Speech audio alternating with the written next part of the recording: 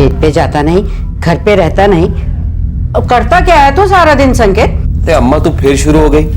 काम ही तो करता हूँ और क्या। अच्छा जरा मैं भी तो सुनूं क्या काम करता है। अकेला देवदत्त खपे है खेत में, तू तो दिन भर बस आवारागर्दी करता है। और तू क्या 16-18 साल का छोकरा है मटर गश्ती करने को? कितनी बार बोला है अम्मा, खाने की थाली पे बैठकर दिमाग मत चाटा कर, खाना हजम नहीं होता हमें।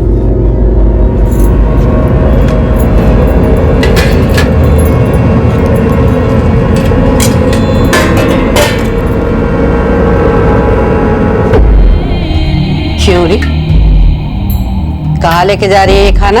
अम्मा एक रोटी और जरा सा साग ही तो है। बड़ी दया आ रही है। वो 7 दिनों से भूखी है। तुझे भी रहना है उसके संग? बड़ी आई दयावान कहीं की। अरे तेरा भी खाना पानी बंद कर दूंगी ना, तब तेरी अकल ठिकाने आएगी। चला खाना।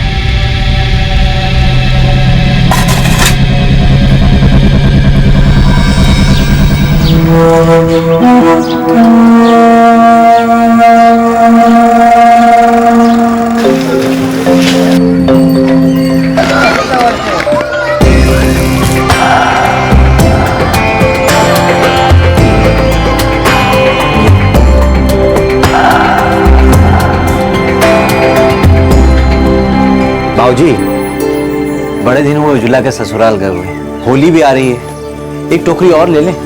हाँ हाँ ले लो ले लो, 2 बरस बाद जा रहे हो उज्ज्वला के घर, और ले जाओ। सुन, आलू की एक बोरी आधी आधी कर दे, आधी बोरी साथ ही ले जाएंगे। 2 साल पहले तेरी शादी में आई थी उज्ज्वला, उसके बाद शक्ल नहीं देखी उसकी। सुनिए, संबंध जी से बात करके 1 आध महीने के लिए बुला लो उसको यहाँ।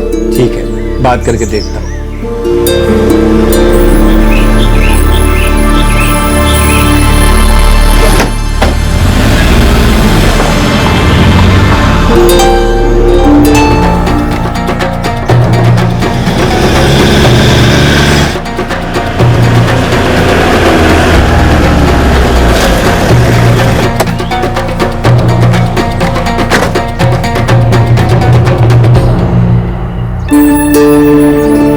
थोड़ा बहुत आपके लिए लाए हैं समधन जी, इस बार भगवान की कृपा रही, फसल अच्छी आई। बड़ा अच्छा किया जी, बड़ी मेहरबानी की। समधन जी, बिटिया नजर नहीं आ रही। काम में लगी होगी कहीं। बुला दीजिए उसे, अब आए हैं तो मिलकर जाएंगे। ससुर जी, ये सब्जियां फल ये सब तो ठीक है, पर अब इतने से काम नहीं चलेगा। मैं समझा नहीं। 3 बरस हो गए मेरे और उज्ज्वला के ब्याह को। जब भी आप आते हैं तब ये सब्जी और फल लेके चले आते हैं। भिखारी समझ के रखा है क्या आपने हमें? अरे कैसी बातें कर रहे संकेत जी आप? कभी पूछा है आपने कि आपके दामाद को क्या चाहिए? बोलिए ना, क्या चाहिए आपको? हमारी खेती के लिए एक ट्रैक्टर, एक फटफटी और एक कलर टीवी। जमाना कितना बदल गया है, अपनी बेटी को इतना भी नहीं दोगे? ये प्याज और ये तरकारी तो हमारे खेत में भी उगता है। जो मांगा है वो दे दो और फिर तभी आना इस घर में। उससे पहले बेटी की सूरत देखना भी नसीब नहीं होगा। जय राम जी की। इस बार एक बाप में इतनी ताकत नहीं थी कि वो अपनी बेटी के ससुराल वालों की मांगों को पूरा कर सके। 3 साल पहले झुका था वो ऐसी किसी मांग के सामने।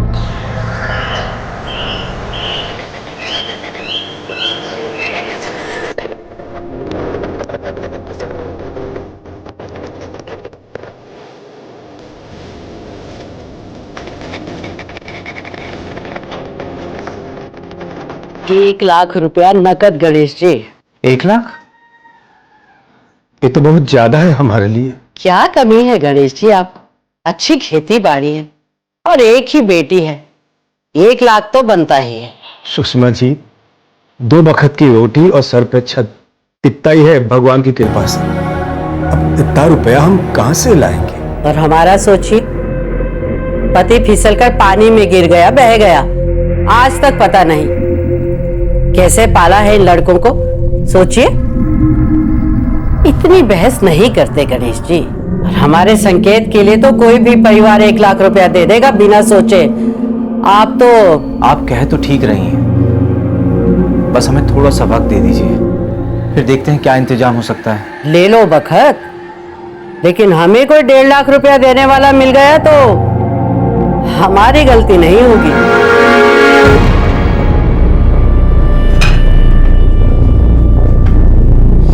रिश्ता अच्छा है, लड़का भी अच्छा है, बिटिया खुश रहेगी। कैसे भी करके पैसे दे दो। तो क्या बोलता है पारस? भाऊजी रकम तो बहुत बड़ी है, बैंक से कर्जा लेना पड़ेगा, ऊपर से ब्याह का खर्चा अलग। भाऊजी आप तो जानते ही हैं, सारे गांव वालों को पता चल चुका है कि कस्तूरी गांव से लड़के वाले आए थे उज्ज्वला को देखने के लिए।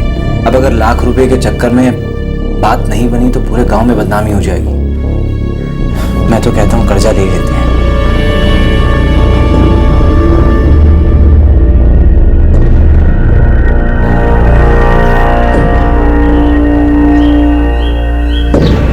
हमें पूरा विश्वास था आप पर। अपनी बिटिया के लिए इतना कर ही दोगे आप। ओम मग्नाय स्वाहा, ओम इंद्राय स्वाहा, ओम गौराय स्वाहा, ओम सूर्याय स्वाहा, ओम भवाय स्वाहा, ओम सुधाय स्वाहा, ओम बृहस्पतये स्वाहा, ओम शुक्राय स्वाहा, ओम इंद्राय स्वाहा, ओम अग्न्याय स्वाहा, ओम भवाय स्वाहा।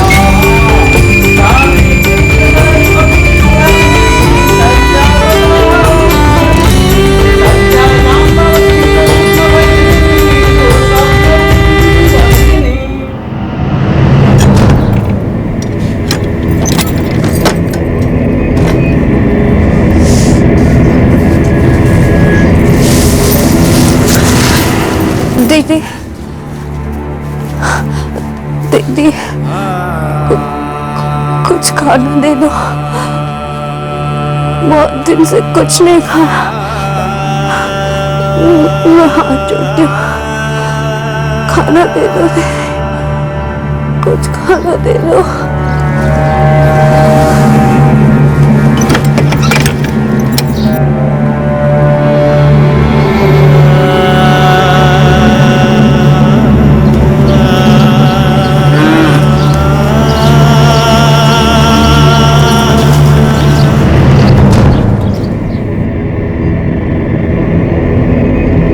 सुनिए, कुछ बात करनी थी। बोल। गोडाउन वाले कमरे से बहुत बास आ रही है। अब घास फूस और अनाज के कमरे से इत्तर की खुशबू आएगी क्या? नहीं, मैं उज्ज्वला की बात कर रही हूँ। वो 2 महीने से कमरे में बंद है ना, बाहर भी नहीं निकली। ठीक है, मैं अम्मा जी से बात करता हूँ।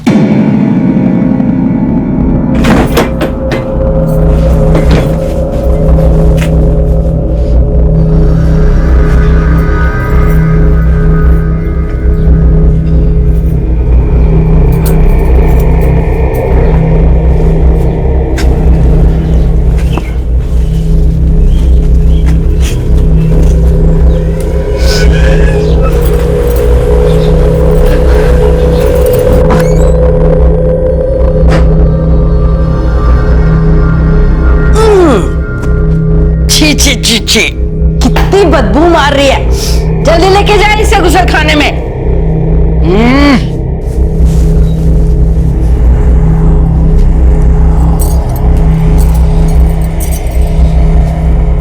जल्दी खा लेना।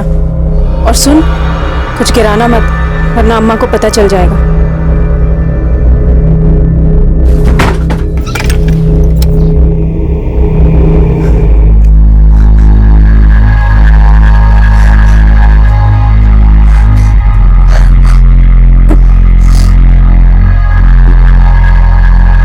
उज्ज्वला के लिए ससुराल वालों का यह क्रूर व्यवहार सिर्फ इसलिए था क्योंकि उसने अपने पिता से ससुराल वालों की मांगे पूरी करवाने से इनकार कर दिया था। लेकिन अब उसके पिता को भी उसके ससुराल वालों की मांगों के बारे में पता चल चुका था, जिसे पूरा करने की उनकी हैसियत नहीं थी।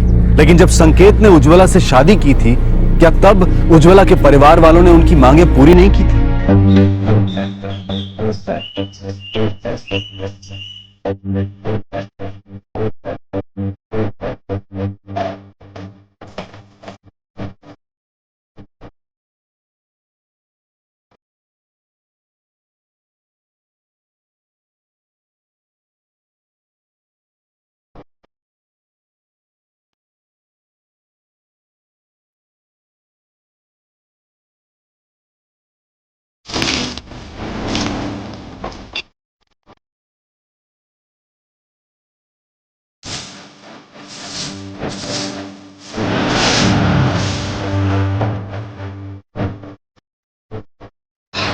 ठीक है।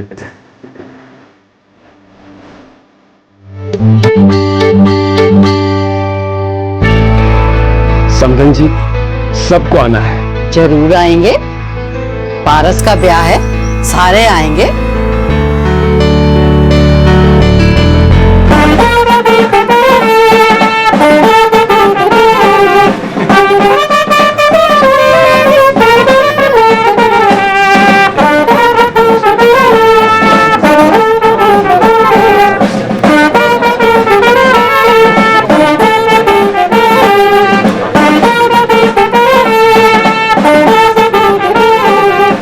शादी तो बड़े धूमधाम से हो रही है।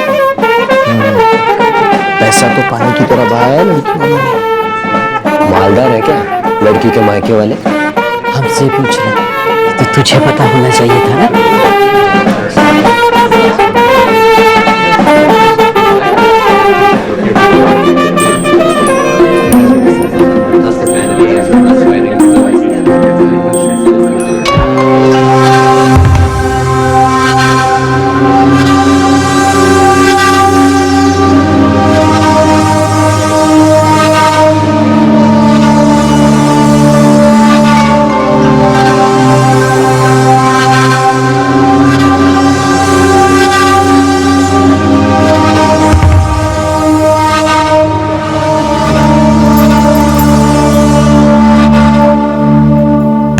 भाई की शादी बड़े ठाट से हुई। क्या अम्मा? कितना पैसा लिया तेरे बाप ने छोरी के मायके वालों से? गहने देखे तेरी भाभी के? सर से पांव तक सोने में लदी थी।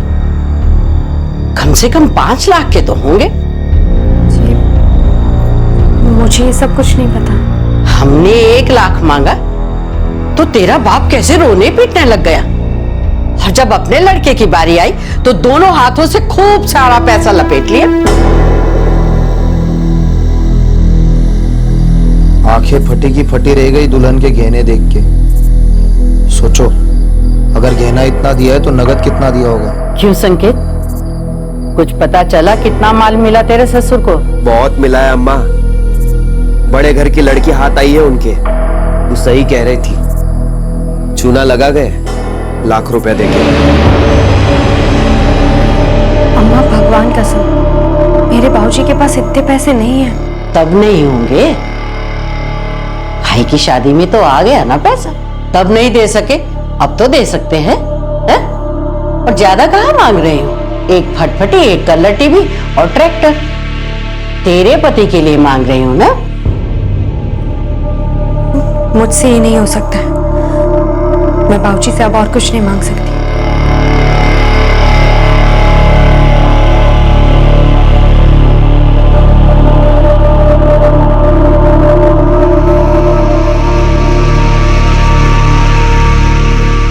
मेरे बाबूजी के पास कुछ नहीं है।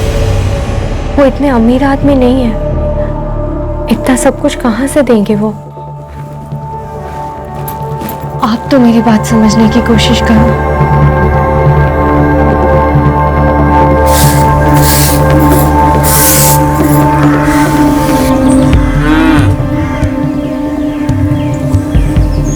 दीदी, आप अम्मा जी को समझाइए ना, आपके देवर जी को भी समझाइए ना। घर में कोई मुझसे सीधे मुंह बात तक नहीं कर रहा। तो मैं क्या करूं? घर में झगड़े लगवाऊं क्या? तो इन सब चीजों में मुझे बीच में मत डाल। बात कर लेना अपने घर वालों से और दिलवा दे उन्हें जो चाहिए, वरना ये लोग क्या करेंगे मुझे नहीं पता।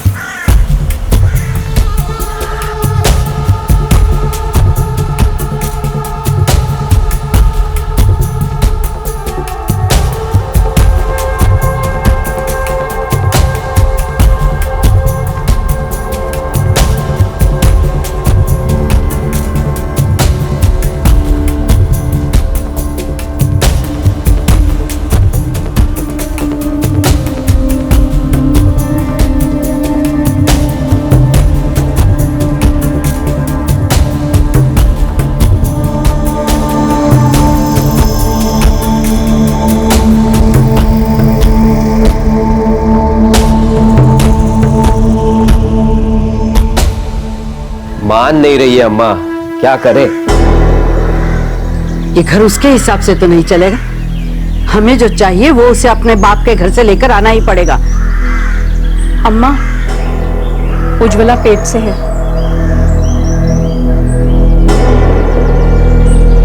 ये तो अड़ियल भैंस की तरह बैठी है, ऊपर से पेट से। उसकी अकड़ तोड़नी पड़ेगी। ऐसा नहीं हो सकता है, ये मेरा बच्चा है। नहीं चाहिए तेरा बच्चा, किसी को नहीं चाहिए। ये हमारा बच्चा है। जब तक तू अपने बाप से ट्रैक्टर, टीवी और फटपटी ना दिलाए ना, तब तक ना ये बच्चा हमारा और ना तू हमारी। मैं बच्चा नहीं गिरवाऊंगी। तो तू अपने बाप से बात नहीं करेगी, है ना? दिया तो है मेरे बाबूजी ने, 1 लाख रुपया दिया, वो भी कर्जा लेकर। आप कहां से देंगे? मैं बाबूजी से कुछ नहीं मांगू। कुछ नहीं मांगेगी तू?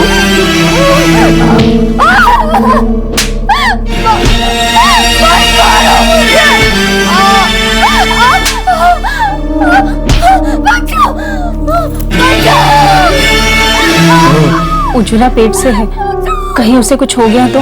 किसी को नहीं चाहिए उसका बच्चा। सो जा चुपचाप।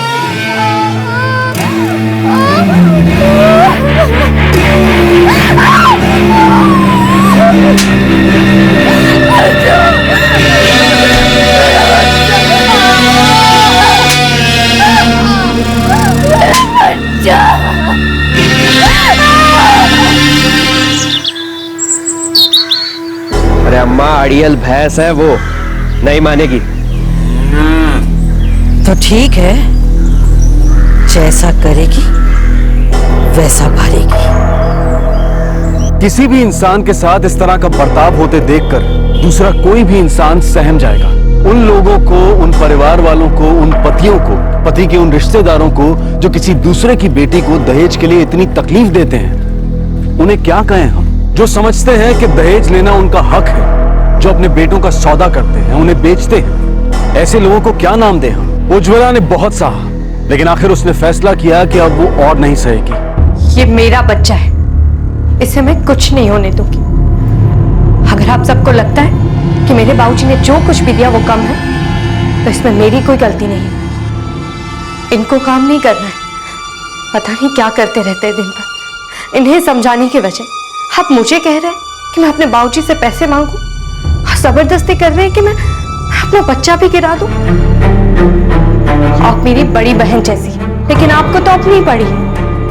आपको अम्मा जी की नाराजगी पसंद नहीं है।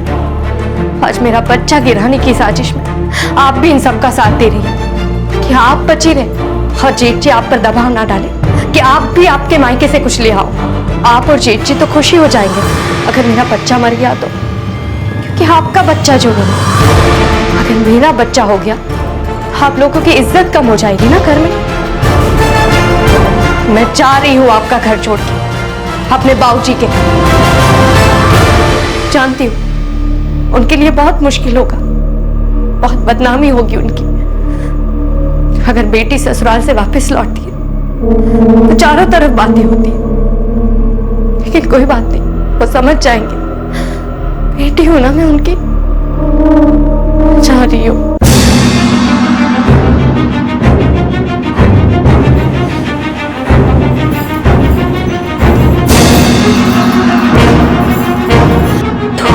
चली गई मेरे मुंह पे, और तू खड़ा खड़ा यहाँ मेरा मुंह देख रहा है।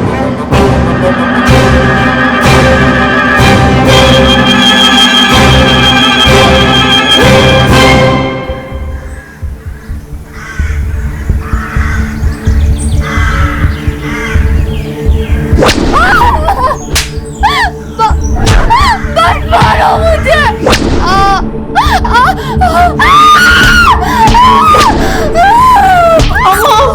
अम्मा बस कीजिए, मर गई तो लेने की देने पड़ जाएंगे।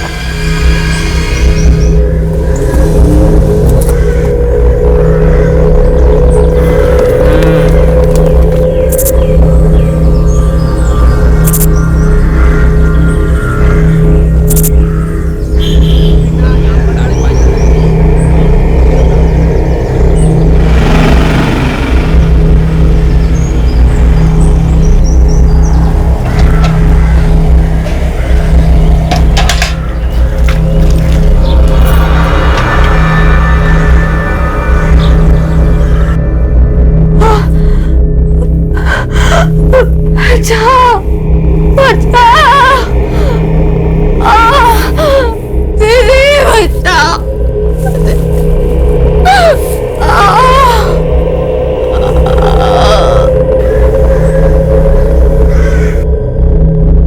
भूखा रखो उसे, हफ्ते में एक बार खाना दो। दम निकल जाएगा ना तो अकड़ भी निकल जाएगी।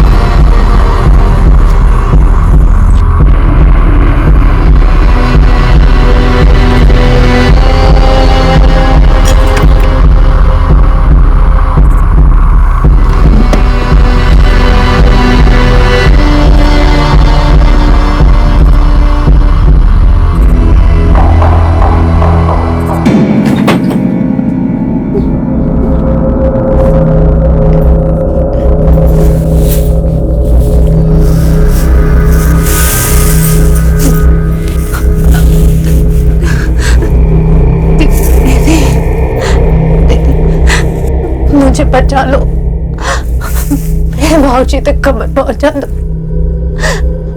मुझे आके ले जाए, मैं चली जाऊंगी, वापस कभी नहीं आऊंगी। दीदी मदद करो मेरी, दीदी मेरी मदद करो।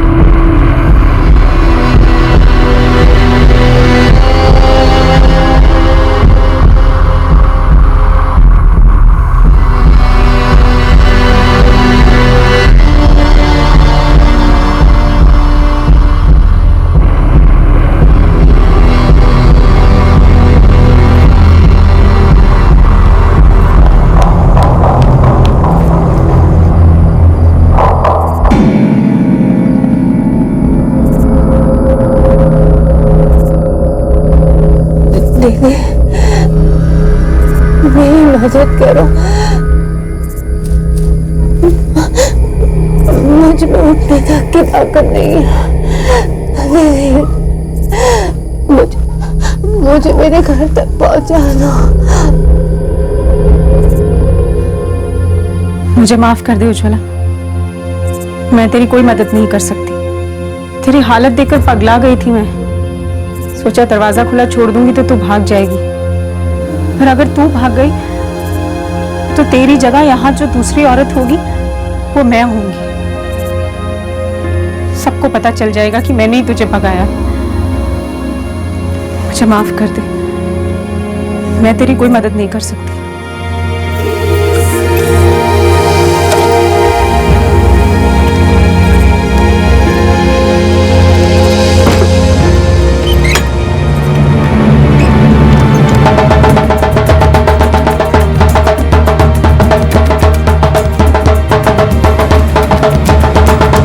दो 2011 में होली से कुछ दिन पहले उज्ज्वला के पिता और भाई को उसके ससुराल वालों ने वापस भेज दिया, ये कहकर कि वो उज्ज्वला से तभी मिल सकते हैं जब वो उनकी मांगे पूरी करेंगे। मजबूर पिता और भाई वहां से लौट आए।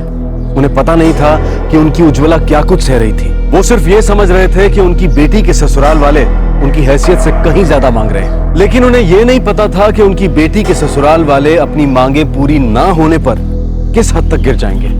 दामाद जी को कैसे समझाए कि खेती बाड़ी में उतनी कमाई कहाँ है। फसल अच्छी आई है पर उतनी भी नहीं कि उन्हें ट्रैक्टर, टीवी और मोटरसाइकिल खरीद के दे। उज्ज्वला बाहर भी ना आई मिलने? नहीं अम्मा, वो खुद बाहर नहीं आई या फिर उसे आने नहीं दिया, कुछ नहीं पता। 2-4 दिन जाने दो।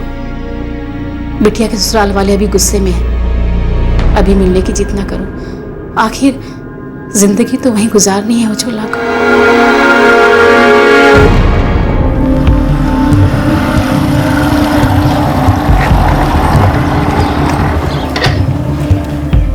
संकेत जी सच कह रहे हैं, हम लोगों की इतनी हैसियत नहीं है। बेवकूफ समझे हो क्या हमें? सबको मालूम है कितना माल लेके आई है तेरी लुगाई।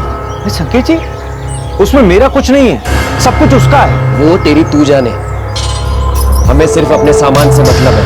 देखिए, मुझे एक बार उज्ज्वला से मिलने दीजिए, बस एक बार बात करूंगा उससे। देख, पहले सब सामान ले आ और उसके बाद मिल लेना उससे। कैसी बातें कर रहे हैं आप? मेरी बहन है वो, हटी मुझे उससे मिलना है। ज्यादा हाथ पांव चलाने की गलती ना करना। ज्यादा फड़फड़ा है ना तो हड्डी पसली तोड़ दूंगा। और एक बात कान खोलकर सुन ले, वो तेरी बहन थी, अब वो मेरी घरवाली है। निकल यहां से। जब तक सामान लेके नहीं आता ना, तब तक अपनी शक्ल मत दिखाना। चल।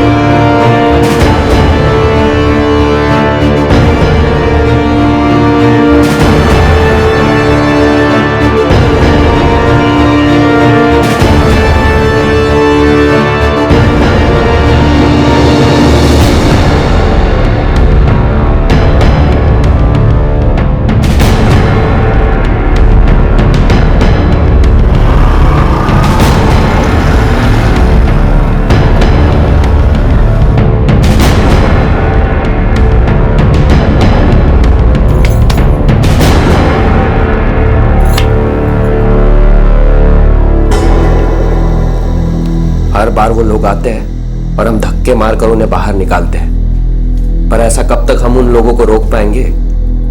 अगर उज्ज्वला के बारे में गांव वालों ने मुंह खोला तो मुश्किल हो जाएगी। अम्मा कुछ करना पड़ेगा उसका, नहीं तो बवाल खड़ा कर देगी किसी दिन।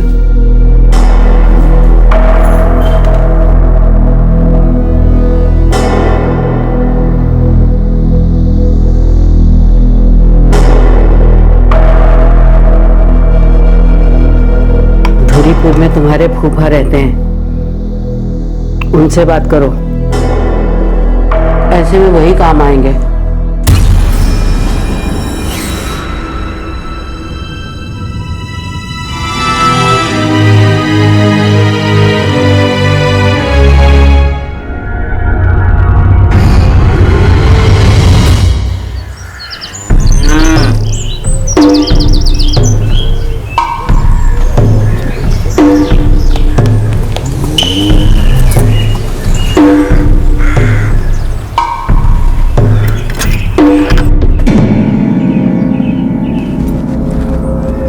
उज्ज्वला, चल उठ नहा ले।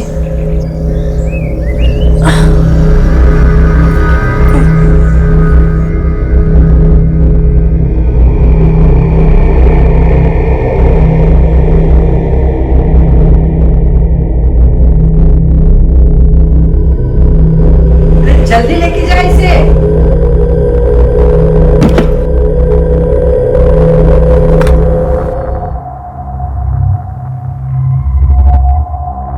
खा ले, तेरे लिए है। और 3 दिन बाद देवर जी तुझे तेरे मायके छोड़ाएंगे।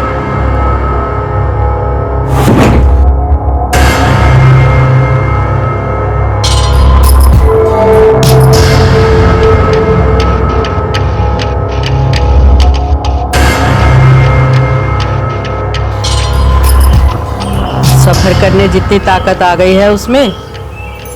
जी अम्मा, 4 दिन से पूरा खाना खिलाया है, अब पहले से काफी बेहतर है। अभी कपड़े बांध दो उसके।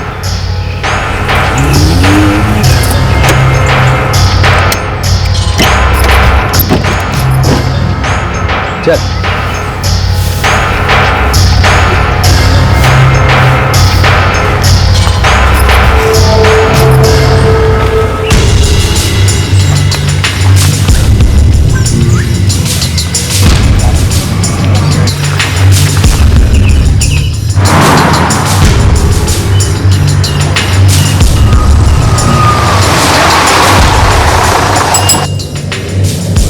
टिकट बोलो, टिकट हवाई टिकट बोलो, टिकट। धुरीपुर के 2 टिकट देना। धुरीपुर का टिकट।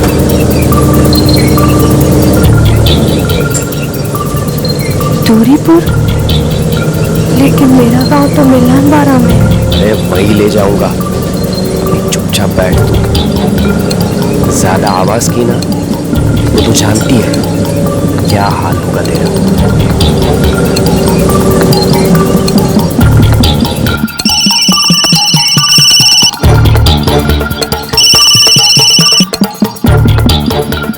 हाँ बेटा संकेत बोलो। बस 20 मिनट में पहुंचता हूँ। ठीक है तो घर पर पहुंच। अजीत और तिलक घर पे ही हैं, मैं भी थोड़ी देर में पहुंचता हूँ। ठीक है फूफा जी।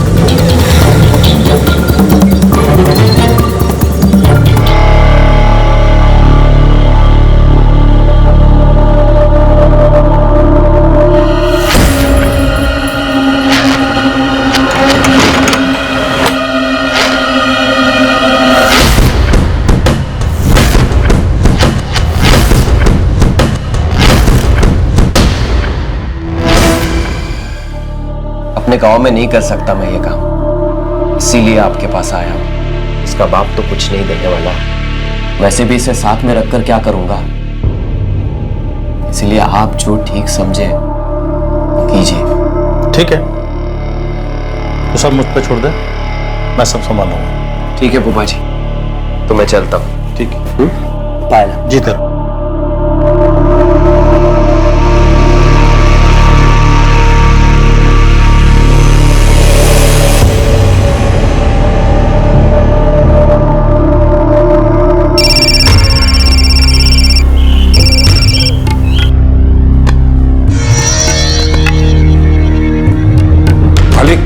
सुखलाल जी का फोन है। हाँ बोलिए सुखलाल जी। नमस्कार भीम जी, कल आपसे बात हुई थी ना एक छोकरी के बारे में। हाँ बोलिए। अब वो आ गई है मेरे पास। और देखो सुखलाल जी, मैं अभी नहीं आ सकता, मेरा कुछ काम भोपाल में अटका है, 2 हफ्ते लगेंगे। लेकिन आपको लड़की पक्का चाहिए ना? हाँ बिल्कुल चाहिए, पक्का समझिए। बस मुझे 2 हफ्ते दे दीजिए, मैं खुद लड़की को लेने आऊंगा। ठीक। लड़की अभी 2 हफ्ते ही रहेगी। क्या करे कुछ समझ में नहीं आता।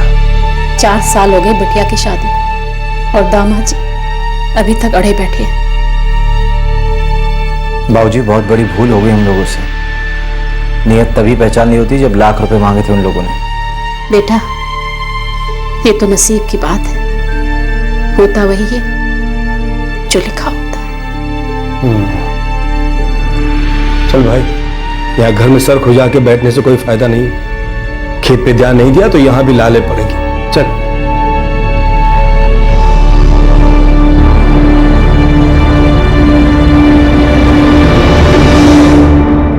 क्यों उज्ज्वला के परिवार ने ससुराल के दरवाजे पर जोर से दस्तक नहीं दी और ये जिद नहीं की कि वो अपनी बेटी से मिले बिना वहां से नहीं जाएंगे? बस ये कह देना कि नसीब की बात है और उसे स्वीकार कर लेना। ये कैसी सोच है? एक आवारा दामाद की अमानवीय मांगों के आगे इतनी जल्दी हार क्यों मान ली उन्होंने? क्यों उन्हें उसकी जिद में किसी विकृत मानसिकता की, किसी आपराधिक प्रवृत्ति की दस्तक नहीं सुनाई दी?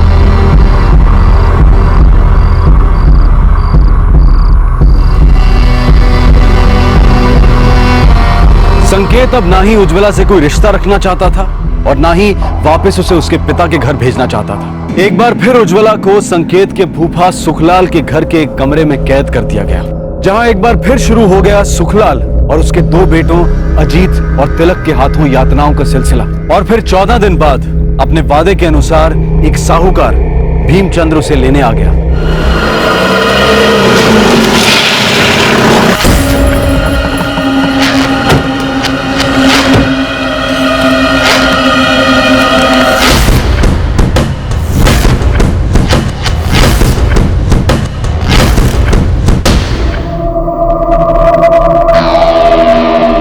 जी, लड़की अंदर है, जाके देख लीजिए। उदय जाओ।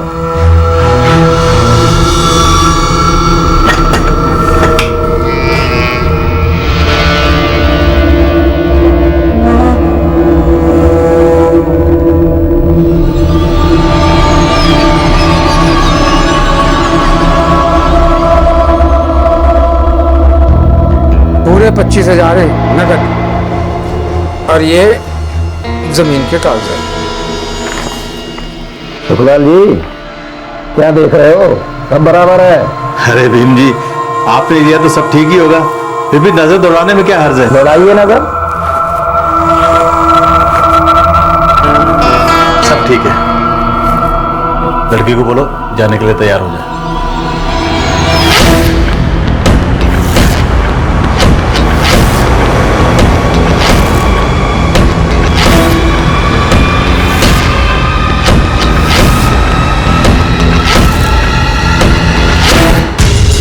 जी ठीक है फूफा जी, जो मिला वही सही। अम्मा, फूफा जी का फोन था। बिकी के नहीं अब तक? बिक गई। फूफा जी ने बोला है कि वो अगले हफ्ते आके हमारा हिस्सा दे जाएंगे। चल चांद छूटे। अब के वो बाप बेटा आए ना तो कह देना उनसे कि भाग गई छोरी।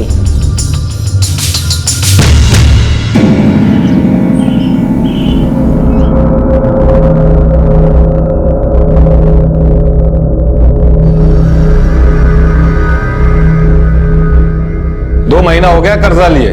तो जा लेके आ जा। काय के लिए लिया था कर्जा? ट्रैक्टर के लिए। तो जा उसका ट्रैक्टर उठा ला। जी मालिक।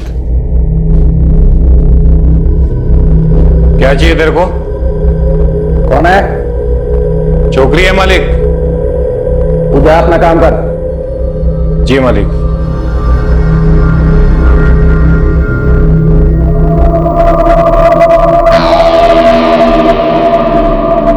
अपना दुखड़ा मत सुना मुझे, समझी?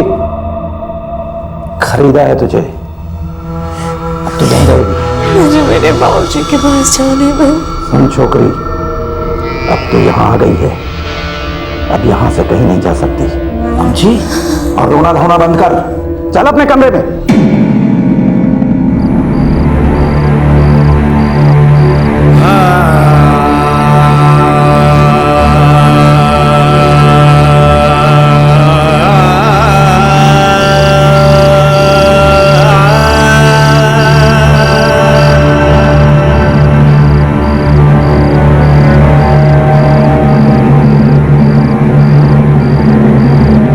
दरिंदे की तरह बर्ताव करने वाले पति के घर से वैसे ही एक रिश्तेदार के घर पहुंची उज्ज्वला, जहां से उसे बेच दिया गया एक साहूकार को। जब ऐसा लग रहा था कि उज्ज्वला की जिंदगी में रोशनी की कोई किरण कभी नजर नहीं आएगी, तभी एक दिन उसे इस कैद से आजाद होने का एक मौका मिला।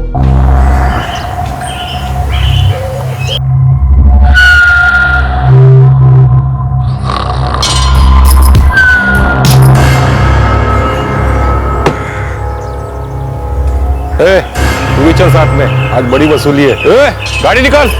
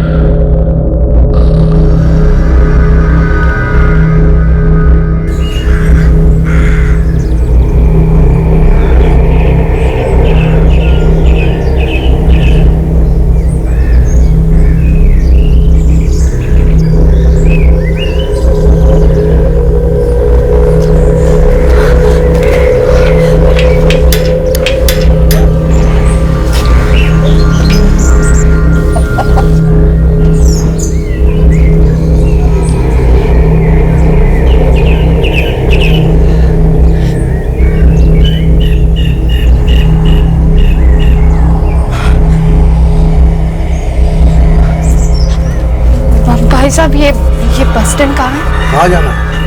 मिलन बारा गांव। अरे तो बड़े बस स्टैंड पर जाना, यहाँ से सीधा जाकर सीधे हाथ पे मुड़ जाना, 10 मिनट का रास्ता है, वहाँ मिलेगी तुझे मिलन बारा की बस।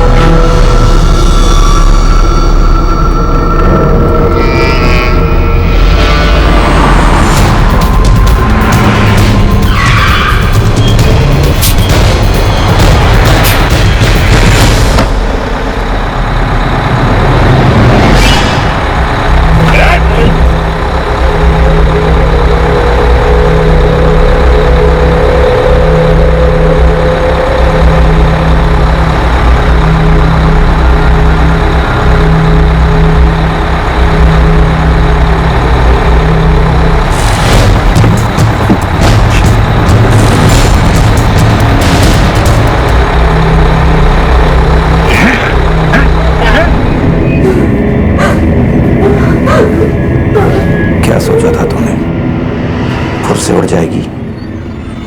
भीम जी के गांव में भीम जी से पूछे बिना पत्ता भी नहीं हिले।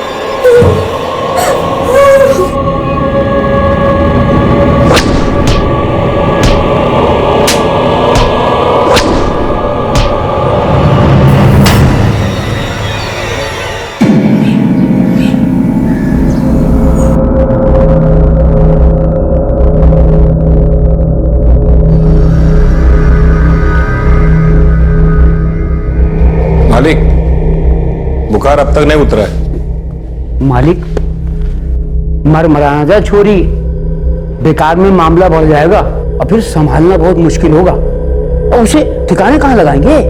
आप हुक्म करो तो दवाखाने ले जाओ। दवा दे देगा डॉक्टर 2-4 दिन की। चले जा, लेकिन ध्यान रखना।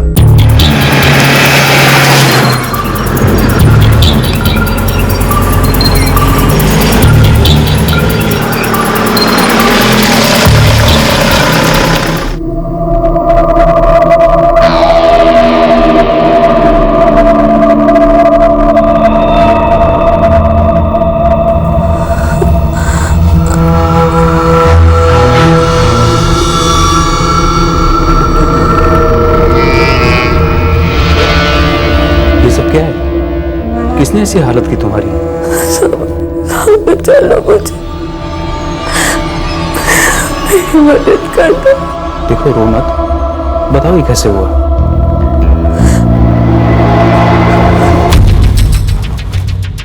कि क्या हालत की है आपने उस लड़की की? कितने निशान है मारपीट के? और तो वो कह रही थी कि आपने उसे कैद करके रखा हुआ है। जमींदार भीम जी का नाम सुना है डॉक्टर?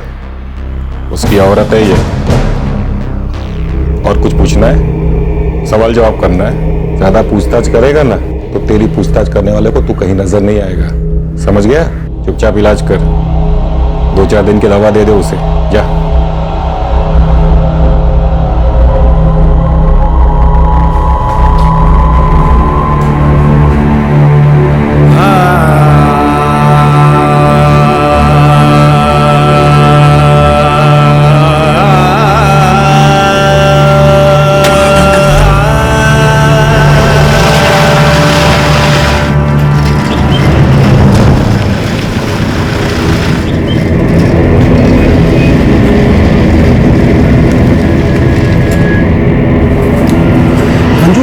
वो लड़की, क्या हुआ था उस लड़की को? कौन सी लड़की? अरे वही जो अभी अभी गाड़ी में लोगों के साथ गई। अरे पूछ मत सुरेन, कुछ गड़बड़ मामला लगता है। बड़ी रो रही थी बेचारी, मदद मांग रही थी। बहुत मारपीट हुई है उसके साथ।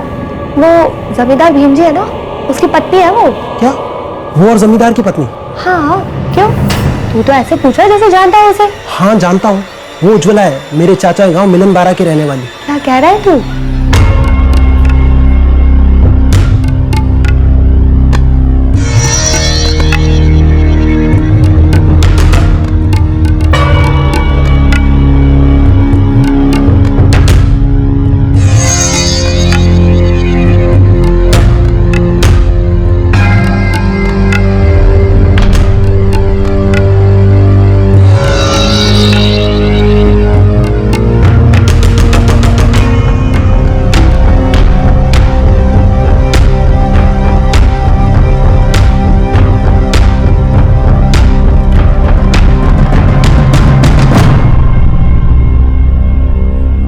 नमस्ते जी, मैं विद्याधर जी का भतीजा हूँ, सुरेन। बैठो ना जी, बोलो क्या बात है? जी मैं आपकी बेटी उज्ज्वला की शादी में आया था।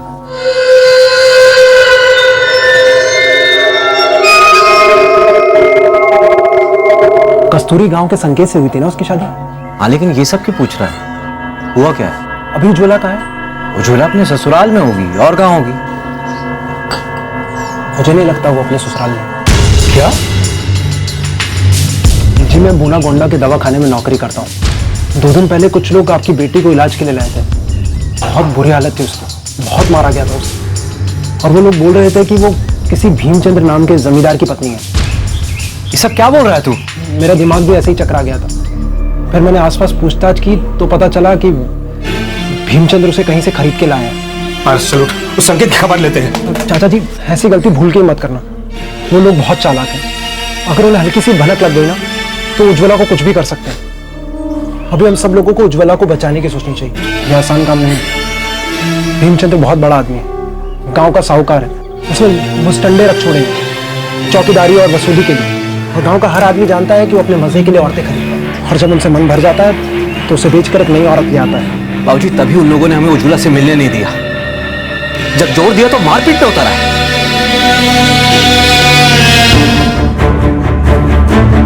अगर सुरेन की बात सही निकली तो हमें उज्ज्वला को बचाना ही होगा। 4 साल हो गए बिटिया को देखे हुए। न दामाद जी न उनकी माँ कोई हमको बिटिया से मिलने का मौका ही नहीं दे रहे। हमको लगा कि हमने उनकी मांगे पूरी नहीं की इसलिए ऐसा कर रहे। क्या खबर थी कि बिटिया के साथ ये सब हो रहा है। अब ये हमारे गांव के इज्जत का मामला है। आपकी बेटी हमारी बेटी। अब भीमचंद्र चाहे जितना ही लठायत बुला ले, हम उज्ज्वला को वापस लाकर ही रहेंगे।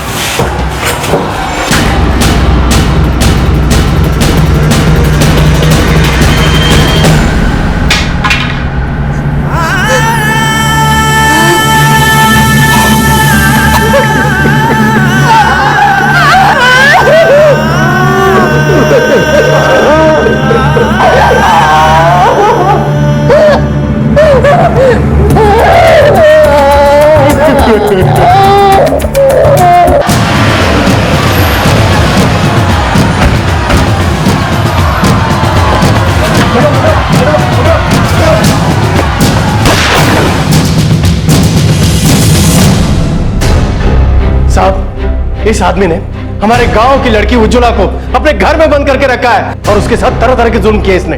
लड़की कहाँ है?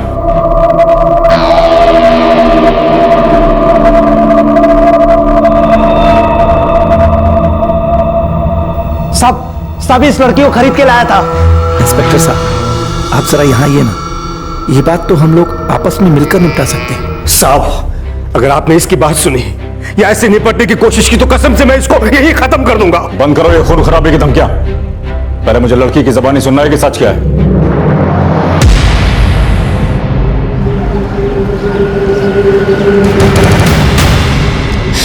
कुछ खबर नहीं थी बिटिया, तेरे से इतना कुछ हो गया, मैं माफ कर दे बिटिया।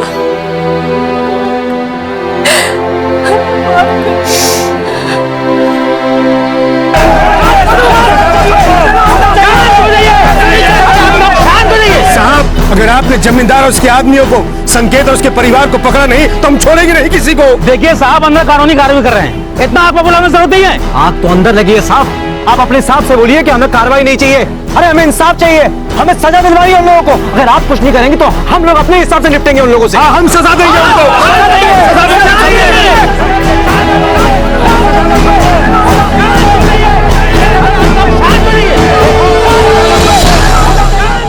सर हमने जमींदार को हिरासत में लेके बयान लिया है। उसने धोरीपुर गांव के एक आदमी सुखलाल को पैसे दिए थे लड़की खरीदने के लिए, और ये जो सुखलाल है सर ये लड़की के पति का फूफा है। लड़की का बयान तो ले लिया है ना? हाँ सर, जानवरों से भी ज्यादा बुरा हाल किया है लड़की ने। क्या क्या नहीं किया उसके साथ, बहुत बुरी हालत है सर उसकी, और यहाँ के हालात भी बहुत नाजुक है। गाँव वाले बहुत भड़के हुए हैं, अगर बात बढ़ गई तो हाथ से निकल जाएगी। लड़की को मेडिकल के लिए भेज दो, सारे गुनाहगारों को फौरन गिरफ्तार करो, मामला आगे मत जाने दो।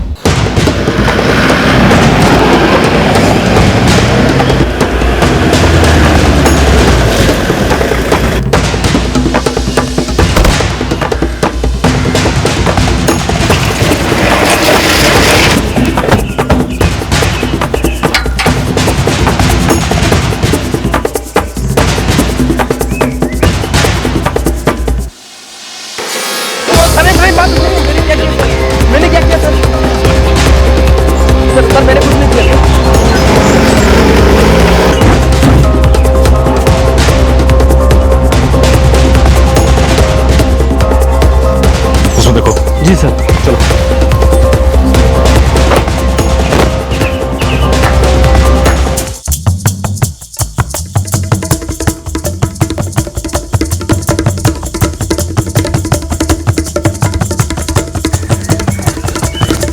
सर, लगता है सारे घर वाले भाग गए, अंदर कोई भी नहीं है। साहब वो तो कल रात ही चले गए थे। अरे जल्दी कर, चलो आओ।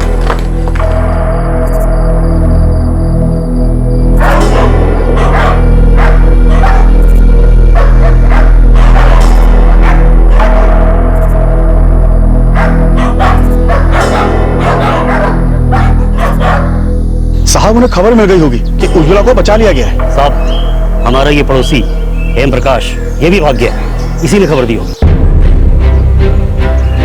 अजीब बात है, पूरा गांव जानता था कि लड़की के साथ कितनी ज्यादती हो रही है, लेकिन सबके सब मुंह पे ताला लगा के बैठे हुए थे। अरे कोई तो खबर करता पुलिस को। साहब सास बहू का मामला है और फिर ऊंच नीच तो हर घर में होती है, हम लोग कर भी क्या सकते हैं। और फिर ये तो इनके घर का मामला है ना। उनके घर का मामला है, कल अगर तुम्हारी बेटी के साथ यही होता तब भी यही कहते तुम। एक लड़की के साथ इतना शर्मनाक सलूक हो रहा था, मारपीट हो रही थी, कम से कम बचा तो सकते थे कि नहीं। सुखलाल और उसके बेटों को इतना पीटो के साले बोल पड़े सबके सब किस बिल में छुप के बैठे हुए। जी सर। 2 महीने फरार रहने के बाद संकेत, देवदत्त, मीना और सुषमा ढूंढ लिए गए और पुलिस की हिरासत में भी ले लिए गए और साथ ही पकड़ा गया उनका पड़ोसी हेम प्रकाश, जो इस घिनौने शोषण का हिस्सा बना हुआ था।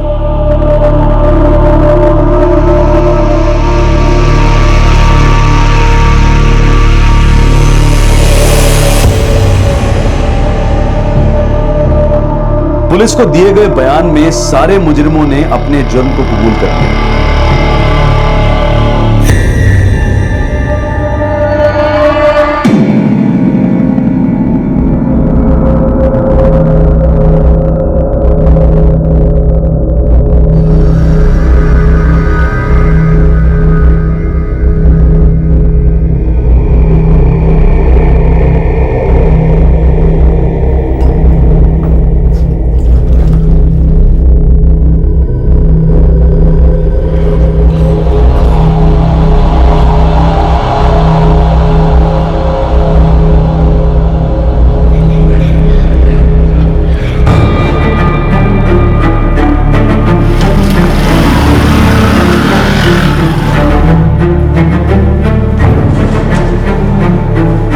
चल रही है गणेश जी। चल रही है मतलब? देखो आपको तो पता है कि हमने चार्जशीट फाइल कर दी और अब ये केस अदालत के सामने है और वहां तो थोड़ा टाइम लगेगा ही। और कितना टाइम लगेगा साहब? अपराधी जमानत पे रिहा है, आजाद घूम रहे हैं। अदालत को और क्या सबूत चाहिए? सबको सब कुछ साफ साफ पता है। 4 साल तक उन्होंने मेरी बहन के साथ गंदा और घिनौना अत्याचार किया, उसके बावजूद भी वो लोग बाहर आजादी से घूम रहे हैं। कहाँ है आपका न्याय साहब? देखो कोर्ट कचहरी में थोड़ा वक्त लगता है, आपको थोड़ा धीरज रखना पड़ेगा। फिलहाल मैं बस इतना कह सकता हूं कि आपको न्याय मिलेगा।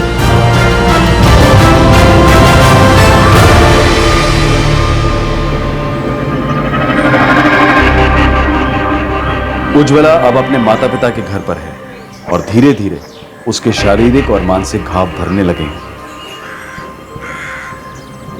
उज्ज्वला ने सीआरपीसी 164 के तहत अपना बयान दिया और सभी मुजरिमों की शिनाख्त भी की। सुखलाल के बड़े बेटे अजीत को छोड़कर बाकी सभी गुनहगारों को हिरासत में लिए जाने के कुछ ही महीनों बाद जमानत मिल गई। उज्ज्वला के ससुराल वाले अब भी उसी गांव में रहते हैं, हालांकि गांव वालों ने उनके घिनौने जुर्म की वजह से उनसे नाता तोड़ दिया है। उज्ज्वला इस केस के हर पहलू के बारे में जानकारी हासिल करती रहती है और उसका परिवार, उसके गांव वाले बार बार पुलिस स्टेशन जाकर इस मुकदमे के बारे में पूछताछ करते रहते हैं। वो सब आज तक इंसाफ मिलने का इंतजार कर रहे हैं। 66 आजादी के 66 साल के बाद भी हमारे देश में दहेज के लिए ससुराल वालों ने एक बहू को 2 साल तक कैद में रखा और फिर उसे बेच दिया, सिर्फ दहेज के लिए।